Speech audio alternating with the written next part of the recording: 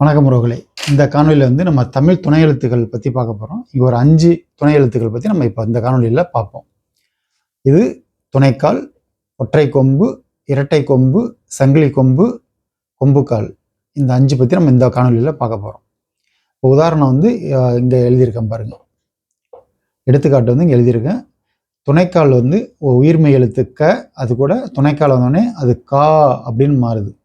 அதாவது வந்து குறில் எழுத்து க, அது கூட நெடில் மாற்றுறதுக்கு துணைக்கால் போட்டால் நம்ம நெடில் எழுத்தாக மாறிடும்.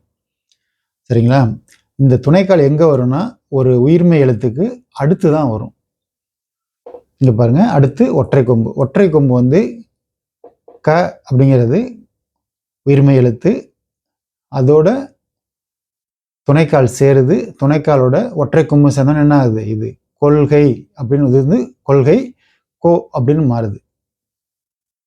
இது இந்த ஒற்றை கொம்பு வந்து உயிர்மெய் எழுத்துக்கு முன்னாடி வரும். நீங்கள் எந்த உயிர்மெய் எழுத்து எழுதினாலும் அதுக்கு முன்னாடி இந்த ஒற்றை கொம்பு வரும். அதாவது எந்த உயிர்மெய் எழுதுனா ஓ வரிசை, அதாவது கோ, சோ, டோ, தோ இந்த மாதிரி நீங்கள் எழுதுனீங்கன்னா அதுக்கு முன்னாடி இந்த ஒற்றை கொம்பு வரும். அதே மாதிரி இரட்டை கொம்பு. இரட்டை கொம்பு வந்து பார்த்தீங்கன்னா அதுவும் உயிர்மெய் எழுத்துக்கு முன்னாடி தான் வரும். இங்கே வந்திருக்கு பாருங்க. க முன்னாடி இரட்டை கொம்பு வந்தோடனே இது கே அப்படின்னு மாறுது. கேள்வி, இது வேள்வி. இங்கே பார்த்தீங்கன்னா சங்கிலி கொம்பு. சங்கிலி கொம்பும் அதே மாதிரி தான் உயிர்மெய் எழுத்துக்கு முன்னாடி வரும்.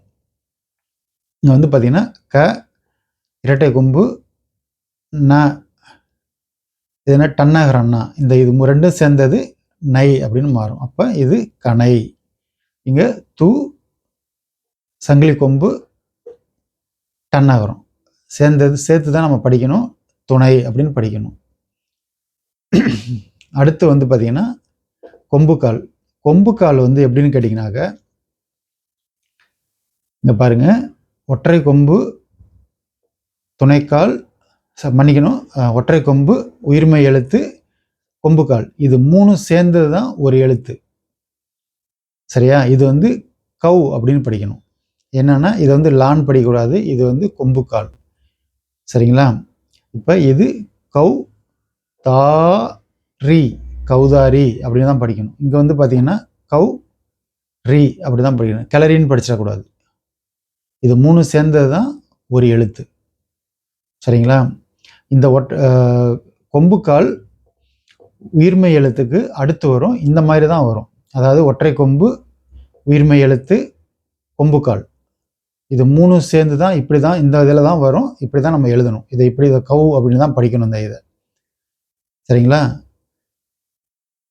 அடுத்த காணொலியில் பார்ப்போம். உங்களுக்கு இந்த காணொலி ஏதாவது சந்தேகங்கள் இருந்தால் எனக்கு தெரியப்படுத்துங்க.